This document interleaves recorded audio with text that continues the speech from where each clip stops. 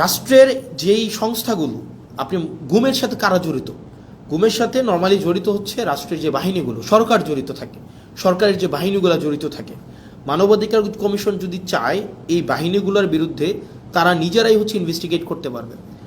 দুঃখজনকভাবে বিষয় হচ্ছে আপনার 2009 সালের মানবাধিকার কমিশনে যেটা হচ্ছে সেখানে মানবাধিকার কমিশনের এই এখতিয়ার নাই। 2000 আপনি এই ইন্টারিম গভর্নমেন্ট যে মানবাধিকার কমিশন অধ্যাদেশ করেছেন সেটাকে বাতিল করে দিয়ে আপনি 2009 সালের মানবাধিকার কমিশন আবার আইনে নিয়ে গেলেন। 2009 সালের যে মানবাধিকার কমিশন আইন, এটা হচ্ছে নখদন্তহীন একটা আইন। এই আইনের কোনো ধরনের হচ্ছে এই আইনটা শুধুমাত্র খাতা কলমে আছে, এটার কোনো বাস্তবায়ন নাই, এবং এটা সরকারের একটা দপ্তর। আপনি এটাকে মিনিস্ট্রির আন্ডারে নিয়ে আসলেন। মানবাধিকার কমিশনটাকে আপনি একটা মন্ত্রণালয়ের অধীনে নিয়ে আসলেন। মন্ত্রণালয়ের অধীনে কি যুক্তিতে নিয়ে আসলেন? মন্ত্রণালয়ের অধীনে নিয়ে আসলেন যদি মানবাধিকার কমিশনকে আমরা স্বতন্ত্র করে দেই, তাহলে এই মানবাধিকার কমিশন প্রপারলি ফাংশন করতে, এইটার জবাবদিহিতা নাকি আপনি নিশ্চিত করতে পারবেন না। ভাই, এই সরকারে অনেকগুলো অর্গানাইজেশন আছে যারা ইন্ডিপেন্ডেন্টলি ফাংশন করে।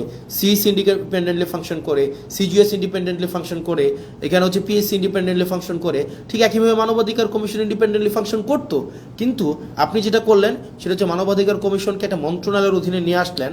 এখন মানবাধিকার কমিশন যদি কারো বিরুদ্ধে কোনো ইনভেস্টিগেট করে তখন মন্ত্রণালয়ের অনুমতি লাগবে। এখন স্বরাষ্ট্র মন্ত্রণালয়ের স্বরাষ্ট্রমন্ত্রীর অনুমতি নিয়ে আপনি জাস্ট চিন্তা করেন, আপনি আসাদুজ্জামান খান কামালের অনুমতি নিয়ে আপনি পুলিশের বিরুদ্ধে হচ্ছে আপনি ইনভেস্টিগেট করবেন, এবং যারা গুমের সাথে জড়িত, যারা হচ্ছে নিপীড়নের সাথে জড়িত, আপনি তাদের অনুমতি নিচ্ছেন যে আমাকে কি দয়া করে অনুমতি দিবেন, আমি কি আপনাদের বিরুদ্ধে আমি একটা তদন্ত কাজ পরিচালনা করতে পারি।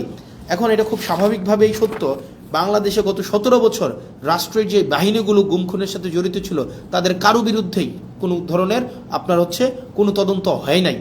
এখন এই তদন্তের একদম সিম্পল ভাষা, এই তদন্তের এখন এই ক্ষমতাটা মানবাধিকার কমিশন যে পেয়েছিল আপনি সেটাকে বাতিল করে দিলেন, এবং এটার মধ্য দিয়ে আপনার যে নিয়ত, আপনি যে আবার গুম খুনে ফিরে যেতে চান না, সেটা কিন্তু স্পষ্ট হলো না।